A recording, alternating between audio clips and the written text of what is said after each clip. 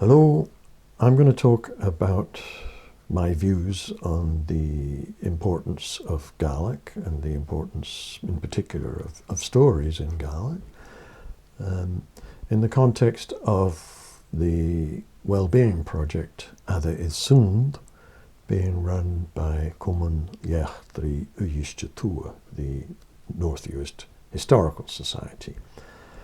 I'm talking principally to the other members of the Wellbeing group for this project. Though obviously with this being recorded, it may well be that in due course other people will be listening in as well. Welcome all. I hope you can find something of interest in what I've got to say. I'm Gordon Wells, the youngest son of Anna Hjónich Gillespie. That's my Slonjug, if you like. Some pictures here, which together with the Slonjug may help to place me within the family and a community context for a North Uist audience in particular. So it's going to be a two-part talk, or a game of two halves, if you like. First part perhaps longer than the second. And the first half I'm going to tell a story, a personal family story, which touches on issues around trauma and ripple effects. And in so doing, perhaps raises as a narrative some questions for thought and reflection, which I'll come on to in the second half, if you like, of this recording. But anyway, first of all, a bit of context. The project has been running since before summer 2022, and there were some early workshops for the Wellbeing group within the project, of which I was a member and to which I went along. And we all brought in artifacts about which we could talk, and these could stimulate reflection on questions around well-being. What I brought in was the 2000 edition of Nduyistjoch, a Uist magazine which came out once a year, really. And in this issue was an article by my mother talking about her experience of living and working in India for a while after she left Uist. And what's notable about it is the fact that she's written this in Gaelic. Gaelic was a language which she normally reserved for spoken relations with family members in Uist and in friends and relations in the community, as it were.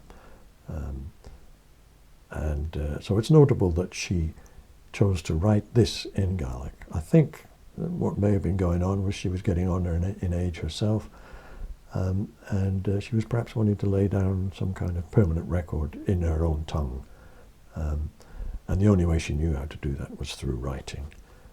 And indeed, this was before the days of, though not long before actually, the days of YouTube and internet connectivity and all that, which we'll come on to in due course.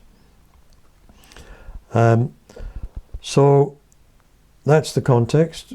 The point was, from my point of view, in that I wanted to lay down a marker for stories in particular, in my understanding of my own well-being and my understanding of where I came from, because we all have stories and memories, and the stories, if you like, put a structure, put a shape on our memories, and they include memories of people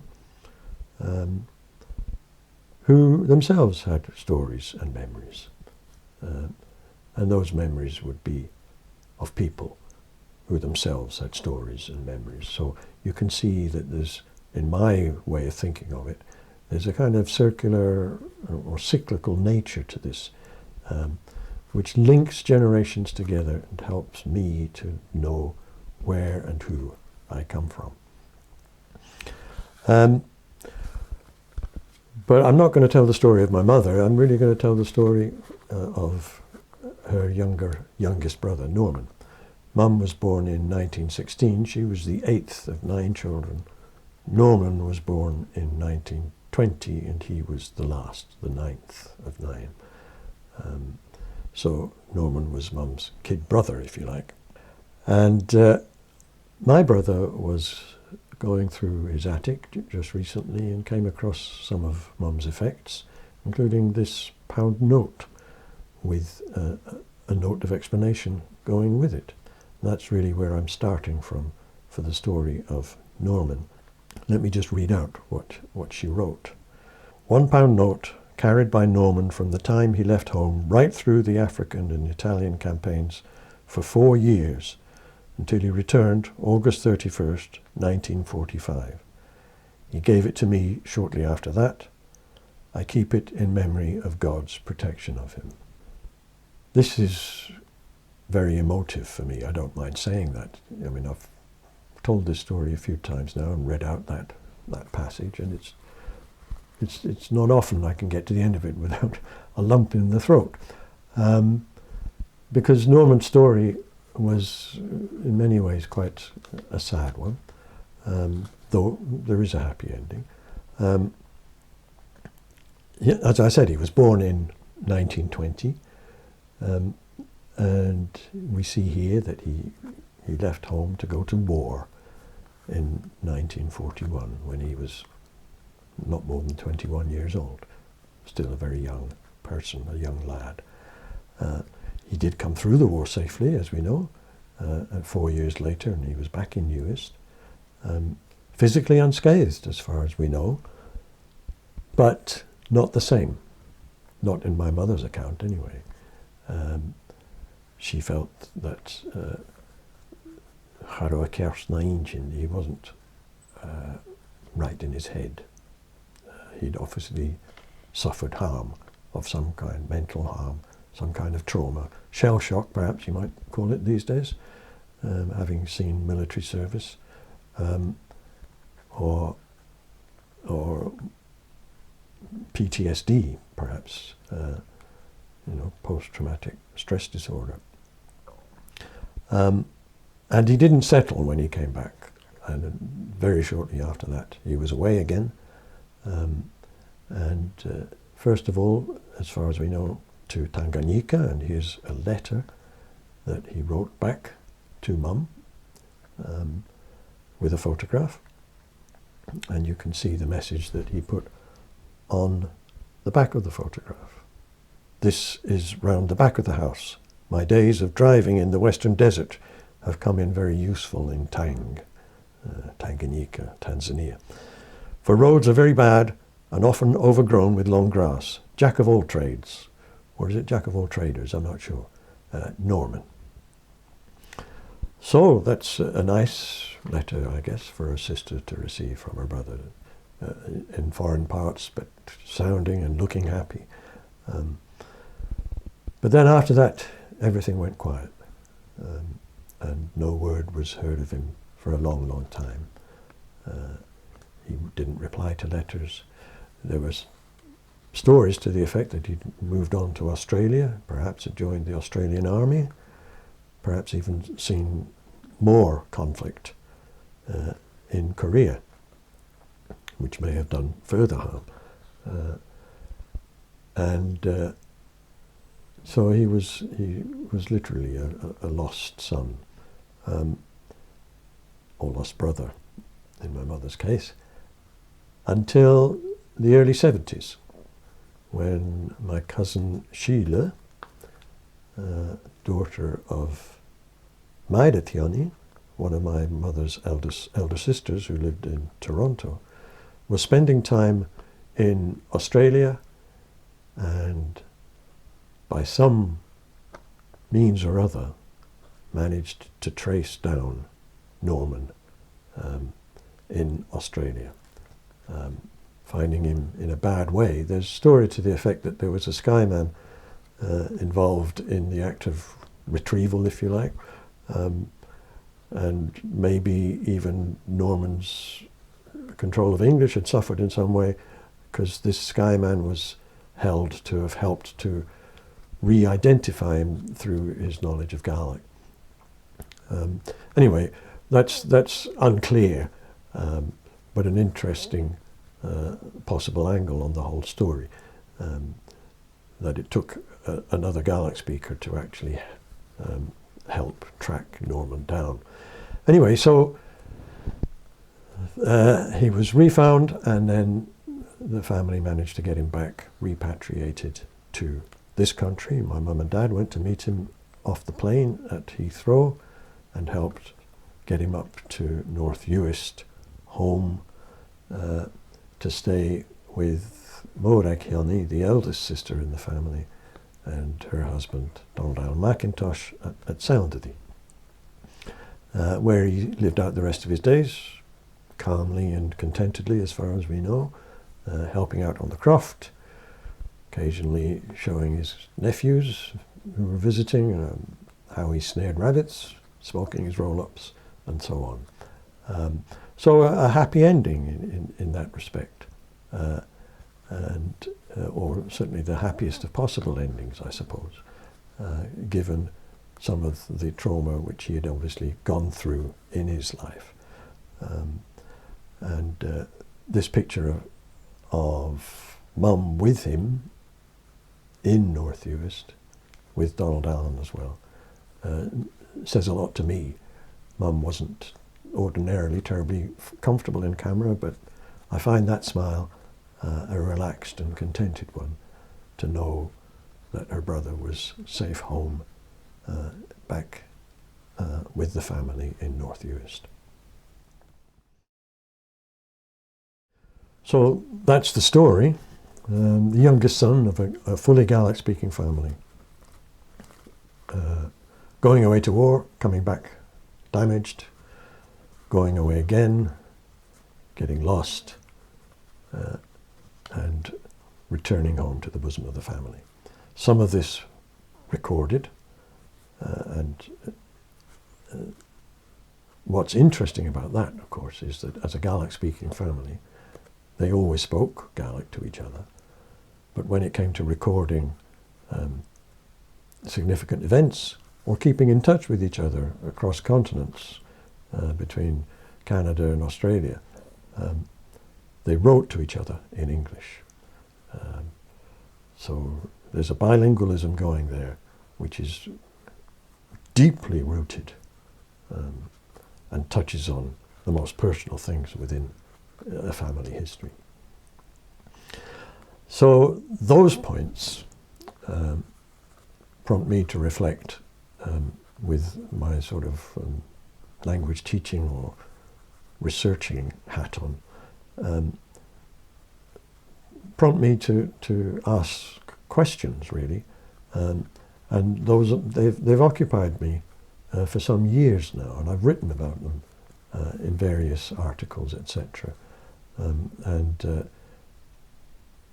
These are just some of them. There's a lot on the Island Voices site on the research and reports page if you really want to go into detail on this, but I'm going to give you a quick summary and just highlight one or two of these papers, and the questions that they raise in the context of what it means for well-being. So the first one is a short paper, well, a small project that I did in the early days of SoundShare, over 10 years ago now, looking at learning Gaelic and using Gaelic in a bilingual island community, Uist, of course. And I developed some of the points coming out of that further in later papers. This one here is based on a talk that I gave in University College London as part of a reading aloud project, and I was looking here at the primacy of speech and what I call the privileging of literacy. I think there are important questions there which are sometimes glossed over a bit.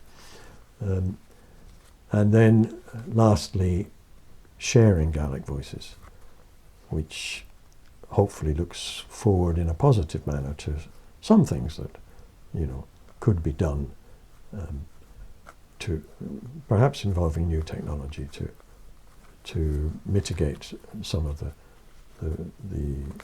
serious problems which confront Gaelic speakers in terms of continuing the use of their own language.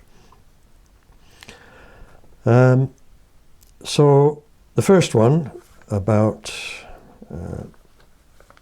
Gaelic learning in use in Uist. As I say, I did a project, and there's quite a long paper. I also wrote a summary of it for Mbepa itself, the Uist community paper. And there are three themes to this article. One's bilingualism, second is writing, third is speech. And I was interested in bilingualism because we tend to talk about it these days in positive terms, in terms of additionality. I mean, by definition, if you're bilingual, you've got something extra. But we don't necessarily recognize that always, and that's one thing which came out of this research work that I did, that obviously there are lots of people here in Uist who are naturally bilingual, but don't necessarily stop to think about it and actually appreciate what it is extra that they've got, which many people on the mainland, for example, or other parts of the country who are only monolingual, might envy. So this is a positive thing, but we don't necessarily view it that way, is what I'm coming to. And why not? Well, part of the reason for that may be, I think, the mismatch that there is in terms of conceptions of what language competence actually is. And the fact that many Gaelic speakers don't read or write it is liable, I think, to lead people to actually devalue the Gaelic skills that they have, or undervalue the Gaelic skills that they have. It's a commonplace, and it's a kind of language teaching orthodoxy too, that language competence consists of 4 skills: speaking, listening, obviously, but also reading and writing. And often it's the reading and writing which are given precedence, and to which status is attached. So if you speak a language well but don't read and write it, you may be prone to think that your skills are less than they should properly be valued as. So, which brings me to speech. The fact that folk in Uist who are born and brought up in a Hebridean family, speak the Gaelic language naturally, and that's a resource which could be built upon. I kind of went into a bit more detail on this primacy of speech versus privileging of literacy debate in the second article. And the point here is that it's a linguistic orthodoxy now. It has been for over 100 years, that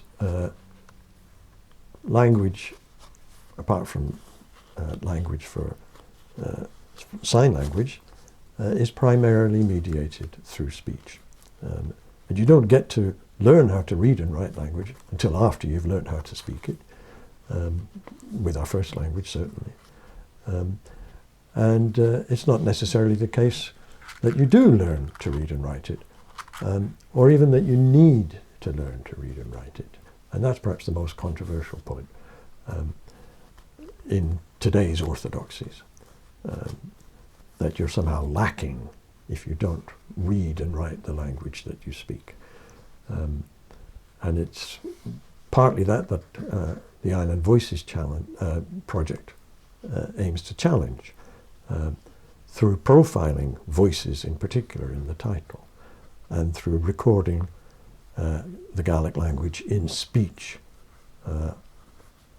as a priority over recording it in writing. And there's precedence for this, I think. It goes back centuries in the Gaelic language that probably a majority of its speakers have not read or written it.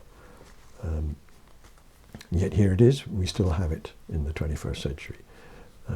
And just recently I was in Glasgow, where I was fortunate to witness a marking of the 300th anniversary of the birth of Duncan Bown MacIntyre, one of Gaelic's most famous poets, a fantastic composer of Gaelic verse, who neither wrote nor read the language as far as we know.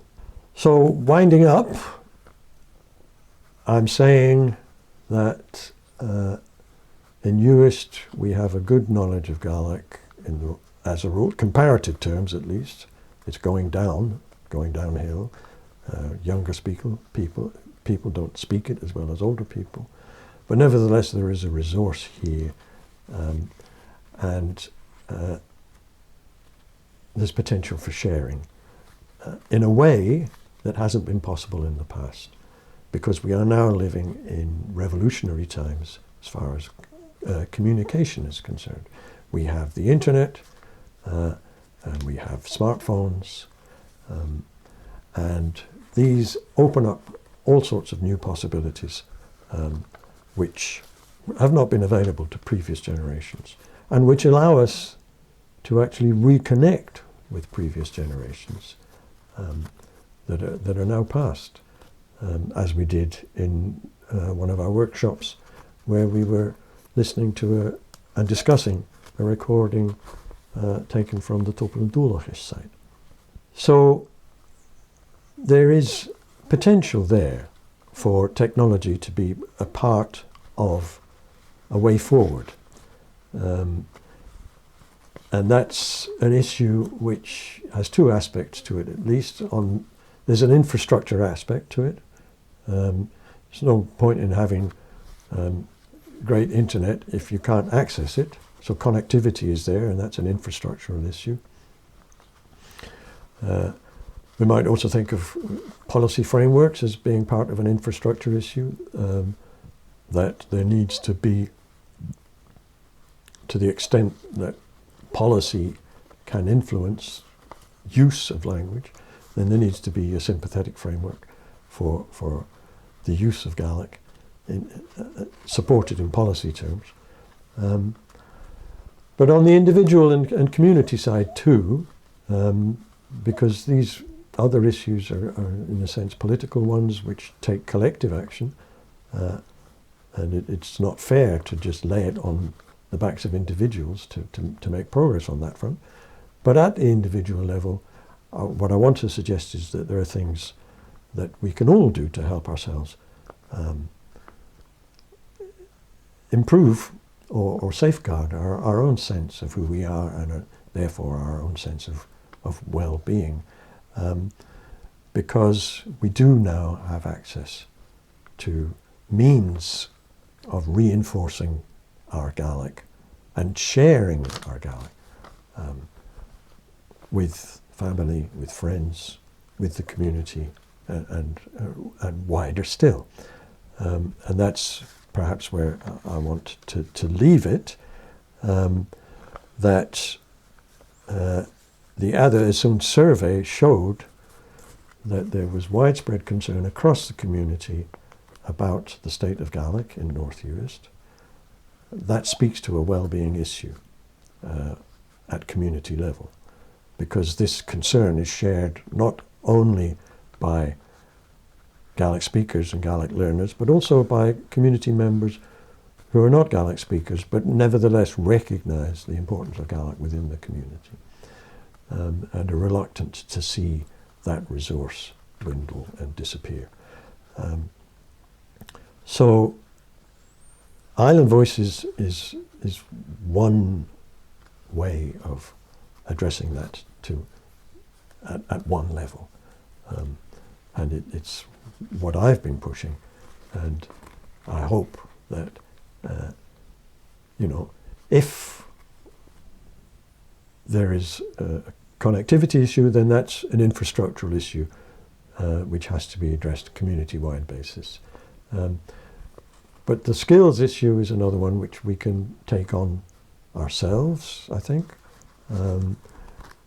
Not everyone is comfortable with the new technology. They may not feel they have the skills, they may not have the confidence to try and learn them. But drag and drop, copy and paste, I would suggest, are things that most people can do these days. And if they can't, they can learn them. And once they've learned them, then they too can be making recordings, just like this one.